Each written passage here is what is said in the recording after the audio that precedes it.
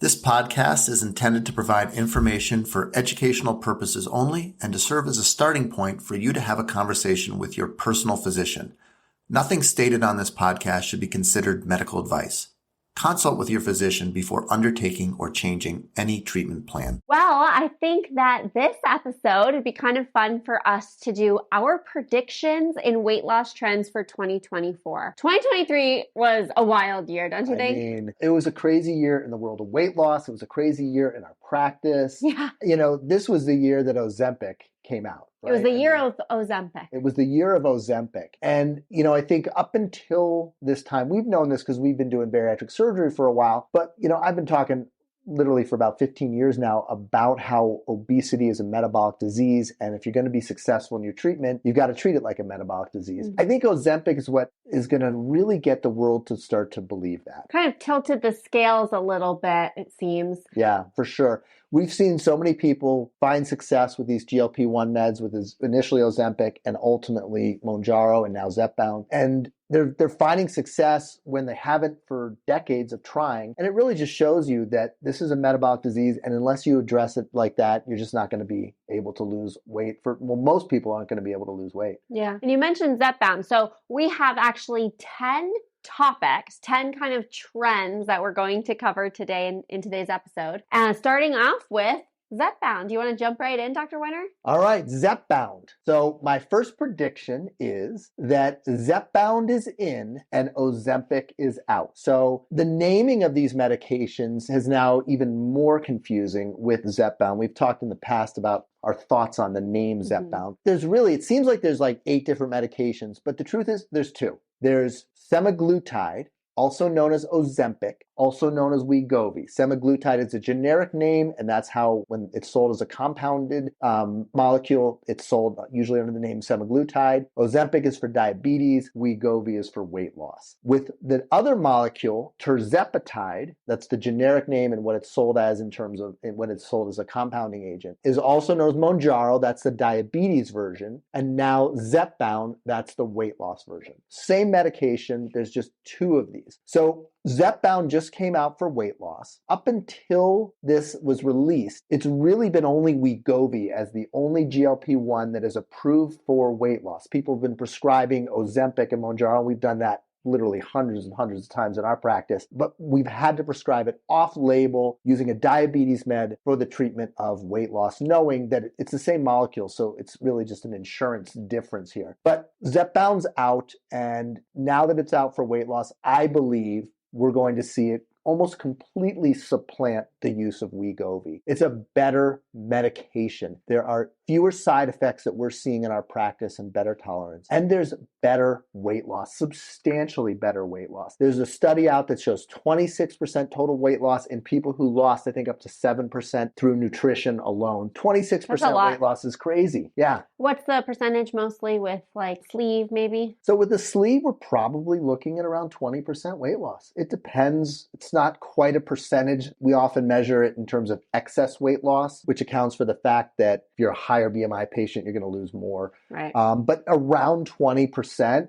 maybe 25% in better responders. So we're seeing with Zepbound, Mounjaro, tirzepatide, whatever you want to call it, we're seeing in that level of sleeve gastrectomy weight loss. Maybe gastric bypass is more 25 to 30% weight loss. So still not quite where we see with a gastric bypass, but it's in that same neighborhood. Mm-hmm. So we see better weight loss. With Ozempic, we're looking at like 15%. There's some studies out there that show in the real world it may be as low as 10%. We see less weight loss with Wegovy, and I think we see the same, if not more, side effects and more intolerance. So I think as we start to really get a good handle on what these medications are, what they can do, as the supply chain opens up and we're able to get the medications that we have coverage for, we're going to see most people moving over to Zepbound. And it won't be for another 3 years or so when we see Retatrutide and a couple of other agents come out that we have anything that's even as good as Zepbound. So we were talking about a little bit, like you were mentioning that your supply chain. So Zepbound, I actually saw a commercial for Zepbound not too long ago. It's not available in pharmacies quite yet, right? Well, right now, at the time we're recording this, which is early December, it is not. When this comes out in January, my prediction is, I think Eli Lilly knows what it's doing, and my prediction is that we're going to see this really hitting the shelves and being available as soon as January. But we'll have more information that we'll talk about in future episodes about the availability of this and the affordability of this. Right. It's going to be popular, and I think we're going to still see the supply chain issues in the first half of the year. So. Well, it'd be great if, they get their act together and we can hit the ground running in the new year, get this medication out to our patients. Absolutely. Yeah. Absolutely. All right, Zoe, what's your first prediction? So we've got a prediction about fad diets. I'm predicting keto is out and plant-based is in. Listen, I am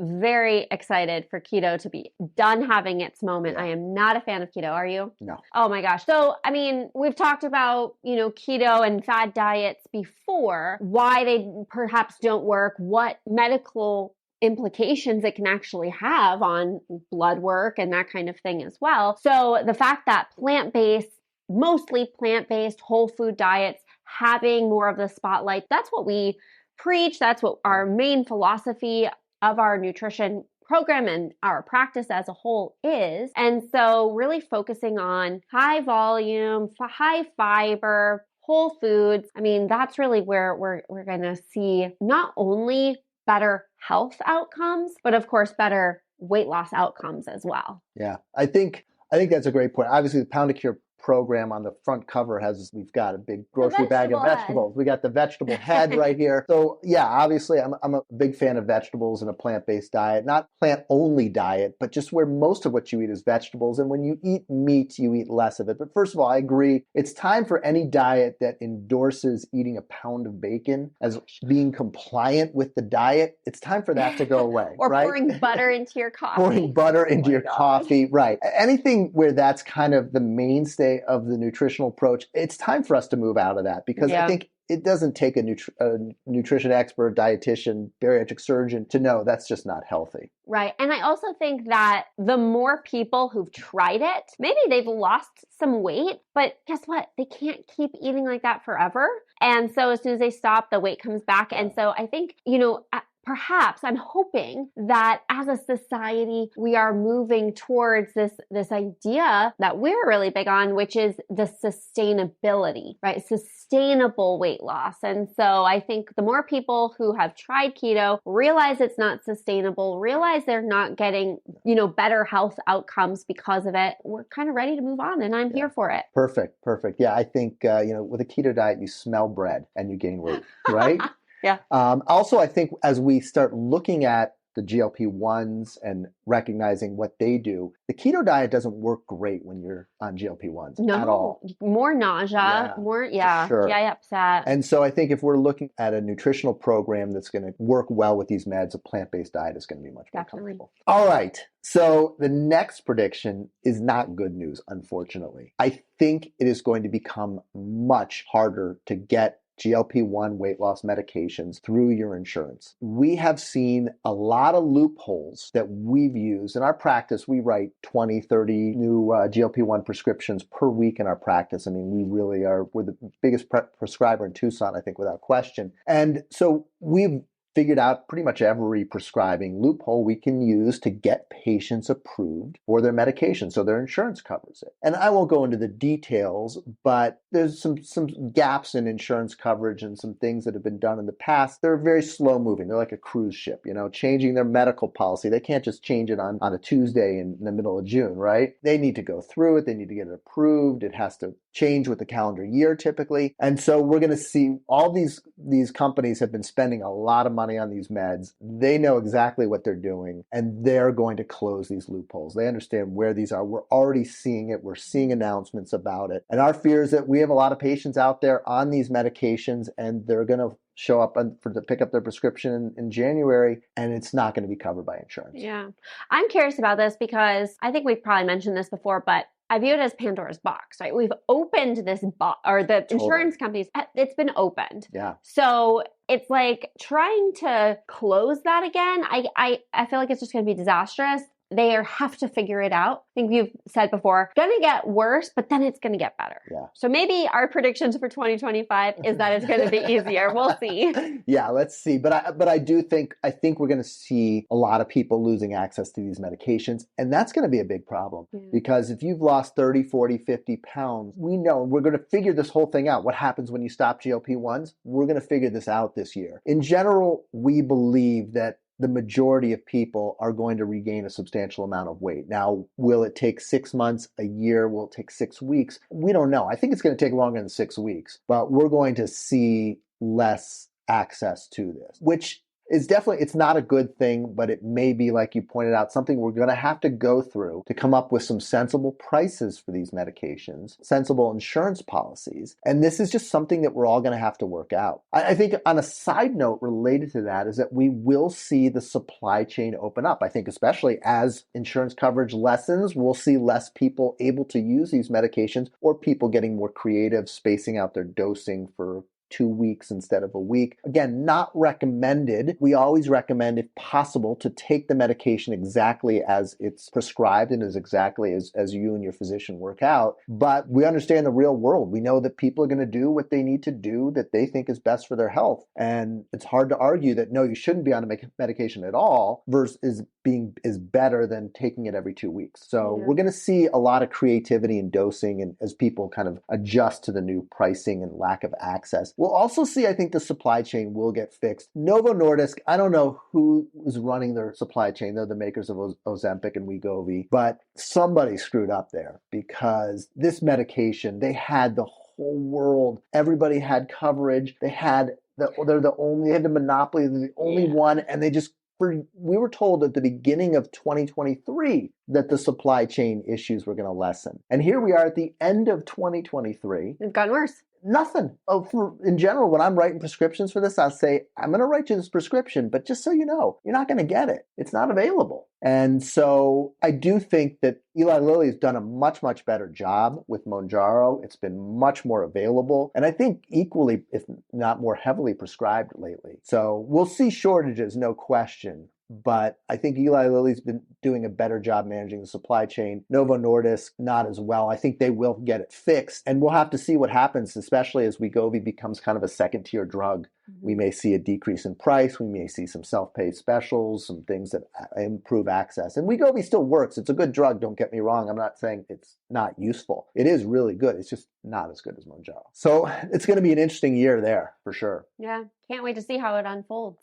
Yeah. Yeah. All right. Next prediction has to do with AI. I think we're seeing the rise of AI being used across so many fields, so many uses, right? It's so prevalent. And if we do not work with it, it's just going to take over, right? So it's like, how can we utilize AI to our advantage to be more efficient and not necessarily try to just ignore it, because then it's going to, I don't want to say replace us, because it's not going to replace us, but there are many uses that I believe that you as the consumer, that we as providers can use AI to actually help with weight loss. So for example, I saw an example of meal planning using AI. So coming up with, here are the foods that I do not like. Here are the foods I'm wanting to eat. Can you create me a meal plan, a 5-day meal plan, X, Y, and Z, and give me a grocery list? And it does it in 10 seconds. So, instead of spending hours doing that, you could do that. Also, workout programming. I actually used AI recently to come up with a resource for our patients. So with the Pound of Cure program, we, work towards eating a pound of vegetables. Mm-hmm. And so I had a patient ask me, at this point, it was a couple months ago. She goes, well, a cup of spinach weighs differently than a cup of carrots. Yeah. So she goes, so if I'm trying to measure it via measuring cups versus a food scale, because she didn't have a food scale, she asked me, do you have a resource, or can you make me a resource of how much these different vegetables weigh? And I said, I don't have one already made, but let me get back to you. I'll work on it. I spent about an hour starting it, right? Made an Excel spreadsheet. I was doing all the research. I was like, this is just ridiculous. This is not worth my time. It's spending so much time. So I opened up ChatGPT, put it in there, and in 10 seconds, I had this perfect table of how much a cup cooked and how much a cup raw of all of the non-starchy vegetables you could possibly think of. And now it's this really great resource that we can use for our patients. So that is a great example of how we can work with AI to help with weight loss goals. And I think that's just going to continue to flourish as the year progresses. I think, AI is here to stay, and there's all this discussion about the ethics of AI, and it's all very, very important that we discuss it. But the truth is these are companies, businesses that are releasing the AI, and they answer and they pray to the God of money and capitalism. And so we're going to see AI come. It's coming. How much we can regulate it and everything, I think, is something we'll have to figure out. But the piece that's missing is, when you meet with a patient, so you meet with a patient and you say, okay, I'm going to come up with a meal plan for you. We're going to work on this together. That's usually how you do it, right? You work on it with them and you help them create it rather than, here, this is what you should eat. And then what happens is, then you meet with them again. And then there's that kind of iterative process where you learn, they learn, and how we're going to implement that with AI, how we're going to get AI to learn, hey, you gave me this meal, but it didn't work for me because, the carrots ended up mushy. How are we going to get that feedback loop? That's not there yet with AI. And so that'll be interesting to see how that works out. Yeah, well, and I think that really reinforces what AI cannot do, which is the human connection piece. We can use AI for maybe being more efficient in data collection and whatever, those kind of tasks, but meeting with the patients, working through more of that interpersonal connection and handling specific situations that only humans can do, that's going to make us irreplaceable as humans, obviously. Maybe. Hopefully.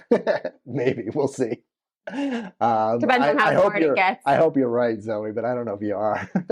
I've read some articles about people having very meaningful conversations with ChatGPT. So yeah, so we'll have to see. But there's no question that AI for meal planning, AI for exercise and routine planning, that's going to work. I mean, that's going to be very efficient. And I think we'll see apps using that. We'll also see people just reaching out like you did and kind of creating it for themselves. So next topic, where this is kind of related to my last prediction because it's going to be harder to get the meds through insurance. I think we're going to see a tremendous increase in people using overseas pharmacies for their medications and getting a little bit creative with it. I'm not going to go into the details of it other than to say that these medications, when they're sold, and right now they are available in Canada, and this is big. Of course, there's shortages and getting them can be difficult, but we are having patients getting Mounjaro. Self-pay, right now it's about $150, $160 for one dose, but keep in mind the way these things are sold, the low dose and the high dose are the same. Now there's a lot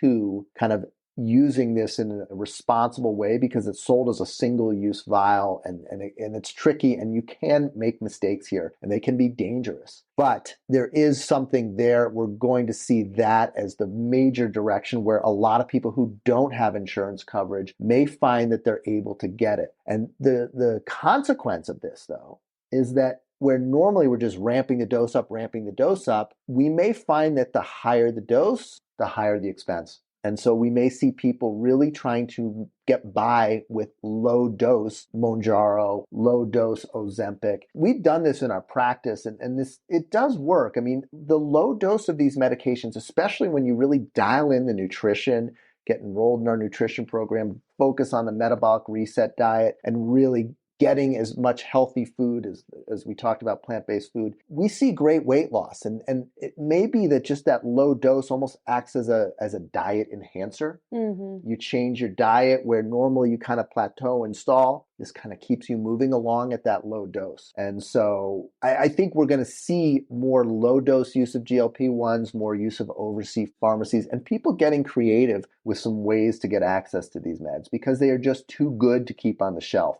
Right. Like something is better than nothing, even if it's just a slow dose. Yeah. But I think we're going to see results from that. Yeah. I think it's going to work well for a lot of people. And when people remember that this is a tool coupled with the nutrition and lifestyle changes, that's where we really optimize the results. And so especially utilizing the low dose, that's where really honing in on the nutrition changes is going to be important. Yeah. And we'll see less side effects. with that approach too. Yeah, true. Okay, so our next prediction has to do with non-diabetics utilizing continuous glucose monitoring. I've seen this really popularized by fitness influencers and kind of like... This is the thing you put on your shoulder and it tells you like on your phone what your glucose is on like a minute by minute basis. Right, exactly. You can pull it up on the app, see what your glucose is. Like I said, fitness influencers, kind of Silicon Valley, tech-driven kind of data people. Right. So here's the thing. It's kind of as though we're taking this, we're using one piece of data to make decisions about nutrition that is much more complicated than just the one piece of data, right? Yeah. So trying to create a data set and predict, sort of like how they're trying to use data to predict social media clicks and whether somebody will purchase a specific product. Using that same structure or that same algorithm almost to make predictions about what your body needs nutritionally, but based on one very simple piece of data. Yeah. You would need so much other data in order to create this really educational and physiologically data-driven decision. Accurate model. Right? Yeah, exactly. So I really don't think that it's worthwhile. I mean, listen, if you see a fitness influencer telling you to buy this continuous glucose monitor utilizing their code, they're just trying to make money. Absolutely. And I think it's important to remember that the most people, you don't need it. Yeah. And so we might see it trending more and you might not, but I think that if you see it as a trend, let's just skip on over it and really focus on utilizing your nutrition to manage your blood sugar levels. Yeah, I think they're trying to use the same science about if I make a video of measuring my blood glucose while I eat a cheeseburger or I eat carrots or I eat something, they're using the same science that's going to get them all the clicks and the likes and the shares from that video to try to make assumptions about their nutrition. And you need, like you said, you need way more parameters. And to collect all those parameters, you'd be walking around like a bag over your head measuring your inhaled oxygen and exhaled carbon dioxide and your sweat and your sodium and potassium and kidney function and heart rate and blood pressure. And, you can't walk around measuring this stuff all day long. So the problem is that, we're seeing Silicon Valley apply Silicon Valley techniques to the human body. And the human body, no matter how complicated their algorithms are, the human body, it's 10 times more complicated. And we know 1/10 about it. What we do with the technology. Less predictable. Way less predictable and individualized too. Right. So yeah, I agree with you. I think it's, I hope that's on its way out. But I think you're right. I think we're going to see more, people trying to hack their body. Biohacking. Yeah, that's what they call it. All right. Big prediction here. Compounded medications are on their way out. There are a lot of people out there using compounded semaglutide, compounded tirzepatide. We talked about this on a previous episode about where this stuff comes from. Generally manufactured in China, shipped over to the US, mixed with some compound like thiamine or B6 or B12, a vitamin typically, and sold as a novel compound. Now, Novo Nordisk, which makes Ozempic, Wegovy, and Eli Lilly, which makes Wegovy and Zepbound, have both made announcements and both filed. Well, I know Eli Lilly has. I don't know if Novo Nordisk has. I think they just announced that they're going to. But Eli Lilly has actually filed lawsuits against compounding pharmacies, against physician practices. Oh, wow. Don't come. We never sold them. We never sold them. I promise. I swear. We never. Not a single time once did we do it. Please don't come after us. Because, if Eli Lilly, I don't know how many billions of dollars that company's worth, but if they make a decision that they want somebody to not violate their patent, they're gonna get what they want. And the law's on their side on this. They have the patent on this. And we can talk a long time about drug patents. That's definitely something we'll cover in the future. I've got a lot of opinions about how they're probably not serving their purpose. That's the law right now. And these companies are shutting this down. And so you put this together with the reduced healthcare coverage and still some of the supply chain issues lingering. And again, we're going to see people having a much harder time getting access to these medications. I don't necessarily think it's a bad thing for these compounded drugs to be on their way out, because I think they are unpredictable, and it's definitely something that can be unsafe. And so I think I have my complaints against the pharma industry for sure, but we're going to see these meds on the way out. Mm-hmm. I don't think they're going to last. I think by the end of 2024, we're going to say, remember how people would go to that wellness spa and get like semaglutide or tirzepatide? Yeah, you can't do that anymore. If you're enjoying our podcast, please consider joining our online nutrition program. It's just like the podcast, but you get to join in the show. Dr. Weiner, myself, and our peer leaders host over 25 support groups weekly over Zoom and cover all the same topics that you enjoy listening to every week. Whether you're just focusing on nutrition using the Pound of Cure approach, are taking a GLP-1 medication, or have had or are planning to have bariatric surgery, we can help you maximize your weight loss efforts. To join our affordable program for unlimited access to our group nutrition sessions, go to www.poundofcureweightloss.com/nutrition. You can also check the show notes for the link. We hope to see you on Zoom soon. Right. Okay, next prediction has to do with exercising. So I think that HIIT kind of group fitness class, very high intensity, cardio-based fitness classes. CrossFit, Orange Theory. Yeah, exactly. I think that's more on its way out. And strength training, be a very purposeful, intentional, hypertrophy-driven strength training to increase your metabolism, build strength, right? Decrease your set point, all of those benefit. I think people as a whole, and specifically women, are seeing the benefit of more intentional strength-based training. I know I definitely recommend our patients do this after they've kind of increased their exercise tolerance via walking and kind of the more low impact. But the amount of injury and the chronically elevated cortisol levels that a lot of people experience doing, a couple HIIT classes a week, it's not giving them the result that they think. It's not helping them change their body composition or increase their strength in the way that they desire. And so shifting more towards a progressive overload hypertrophy-based strength training program, I think is on the way in. Yeah. I think we have to come to terms with the fact that we're not all professional athletes. I did CrossFit. It was about 10 years ago. I got into it I did not last a year, I can tell you that much. And I remember I had to cancel cases because I couldn't straighten my arms out. Oh my gosh. I couldn't operate. And at that point I was like, this doesn't make any sense for me. And I think, the thing is, if you're going to be a professional athlete, HIIT training is probably really good for you. Yeah. But you know what happens? Explosive power. Yeah. You know what happens to professional athletes?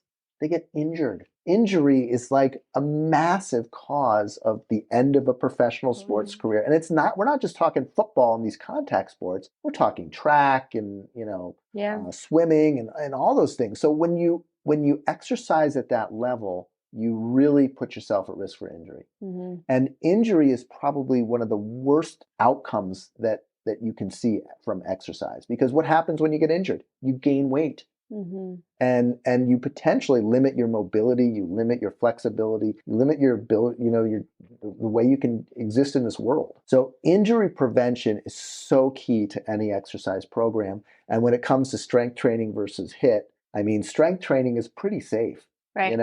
And I think it's worthwhile also if you're new to strength training, most gyms, you get a free personal training session when you sign up. So if you're completely new to the gym, you don't know how to use the equipment, utilize that free personal training session, get oriented to the gym and make sure you have good form. But like you said, you can go at a nice slow cadence. You can keep yourself safe. And I think that thinking about exercise as a way to increase your longevity and to increase your quality of life, not decrease it by getting injured, that's the way to go. You're training to be a person, not a professional athlete. Yeah. And so keep that in mind when you choose your exercise. All right, so here's my last prediction. This is number 9. Combination therapy will be the single most important component of bariatric surgery. So we're all the way at number 9. We haven't even talked about bariatric surgery. Keep in mind, I'm a bariatric surgeon. There's no question bariatric surgery volume is down 30% across the country. We are seeing more and more people embrace the GLP-1 medications or experiment with the GLP-1 medications. But we're still seeing bariatric surgery. I'm still doing, 5 to 8 cases a week here. So we're still seeing patients opting for bariatric surgery. But what we're seeing in our practice and what we're seeing unbelievable results with is when we combine the medications with the surgery.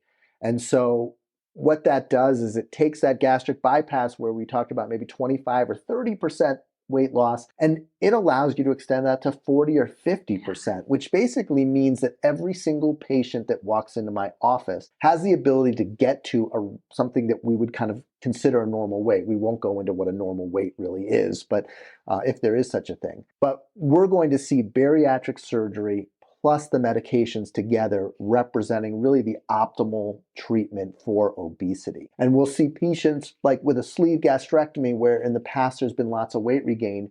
We're going to see those patients being able to maintain their weight long term. We'll see patients who say, you know what, the meds are not for me. They may opt for a gastric bypass. But they also get to know that, hey, down the road at 10 or 12 years, you start to gain a little bit of weight back, there's a treatment available for you. And so that takes some of the criticisms that have been rightfully given to bariatric surgery, which is that there is weight regain. And all of a sudden, we've got a treatment for it. So yeah, it happens, but there's a treatment. So we're going to see more and more bariatric programs, more and more bariatric patients recognizing the power of combining nutrition, GLP-1 medications, and the surgery for optimal weight loss results. And we're going to start to see more and more of these patients who are struggling at 350, 400, or even higher weights, getting down to really unrecognizable weights that we haven't seen before in the history of treatment of obesity. It's pretty powerful and so exciting too that there's now this option that people can see a weight that they haven't seen in decades. Yeah. All right. I think we've made it to our 10th and final trend. And this one has to do with caffeine intake. So I think that there's going to be a trend towards being more conscientious about caffeine intake and working towards decreasing total caffeine intake. Now, there's a lot of research that can show a moderate amount of caffeine being, fine for you. But I think caffeine, especially in today's society, has been abused. Yeah. Right? People are drinking a couple cups of coffee a day, maybe an energy drink, lots of caffeine on the upwards of 500 milligrams a day, I would say for some people. And That's a lot of caffeine. There's a lot of caffeine. Yeah.